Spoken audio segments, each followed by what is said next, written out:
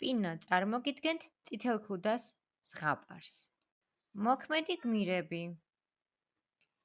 წითელქუდა, მგელი, მონადირე,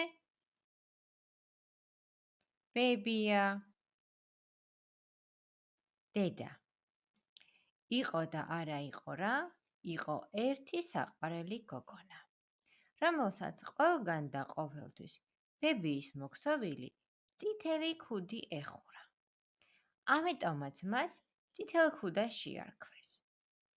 ერთ დღეს დედამ მას სთხოვა, რომ ავადმყოფი ბებიასთვის საჭმელი მიეტანა. ჩემო გოგონა, ბებია ავად გახდა, წადი მასთან და ეს კალათა მიუტანე. კარგი დედიკო. დედამ სახლიდან ბებიასკენ მიმავალ წითელქუდას კიდევ ერთხელ დაარიგა, უცნობებს არ გამოლაპარაკებოდა და გზიდან არ გადაეხვია. წითელქუდა დაიმახსოვრე, გზიდან არ გადაუხვიო და უცნობებს არ გამოლაპარაკო. ცხრად ვიქნები. წითელქუდას ბებიასთან მიმავალ გზაზე ტყე უნდა გაევლო. გოგონა მოიხიბლა ტყის სილამაზით და ფერად-ფერადი ყვავილების შეგროვებას შეხვდა. სწორედ მაშინ გამოჩნდა საშიში მგელი. სალამი პატარა გოგონა, სან მიდიხარ? ბებიასთან მიდივარ, წამონადია კამფეტენა მიუტანო.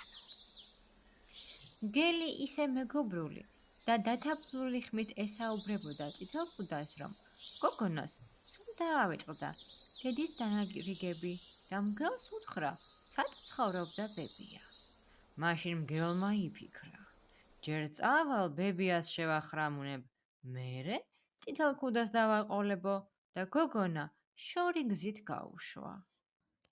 წითელქუდა, აი მაგ გზას გავყევი და ბებიასთან მიხვალ. აბა კარგად. ნადოა ბატონო გელო. კარგად. მგელი ბებიის სახლში მოკლე გზით მივიდა, კარზე დააკაკუნა და წვრილი ხმით დაიძახა. მოვედი, ჩემო ტკბილო ბებია, შენი შვილიშვილი, წითელქუდაო. ბებიას ძალიან გაუხარდა, ჩემი გოგო მესტუმრაო და კარი გაუღო. ბებია, ეს მე ვარ, შენი შვილიშვილი, წითელქუდა. გამიღე კარი. მგელი სახლში შევიდა. ჩაყლაპა შეშინებული ბებია და მის ლოგინში ჩაწვა. ბებიკოს სამოსში გამოეწყო და წითელქუდას დაელოდა. ჰა, ეხლა კი მე შეგახრამუნებ. ვაიმე, მიშველეთ. წითელქუდა ბებიას სახლთან მივიდა, კარზე დააკაკუნა და თქვა: ბებია, კარი გამიღეო. მგელმა ბებიას ხმას მიბაძა და წითელქუდა სახლში შეიპატიჟა. ბებია, მე ტყვილი გოგონა ვარ. ამიღეთ კარი. ახლავე, დამელოდე ტკბილო. წითელქუდა ოთახში რომ შევიდა, იფიქრა: ეს ბებია ავადმყოფობას როგორ შეუცვლიაო და ჰკითხა: ეს ვაღანა თვალები გაქვს. ნახახები გაქვს. ნახარკველი გაქვს. დიდი თვალები იმიტომ აქვს, რომ კარგად დაგინახო. დიდი ხელები იმიტომ აქვს, რომ კარგად ჩაგეხუტო. აბა მოდი ახლოს. წითელქუდა მიუახლოვდა. ბოროტი მგელი წამოხტა, დაიჭირა წითელქუდა და ისიც გადაღლაპა. დიდი კბილები იმიტომ აქვს, რომ კარგად ჩაკლაპო. მოდი აბა აქ. ვაიმე, ვისვლერე, მარტირე. გაიკოფილა. გოგონას ყვირილი მონადირემ გაიგონა. იფიქრა, აქ რაღაც ამბავიაო და გაეშურა ბებიას სახლისკენ.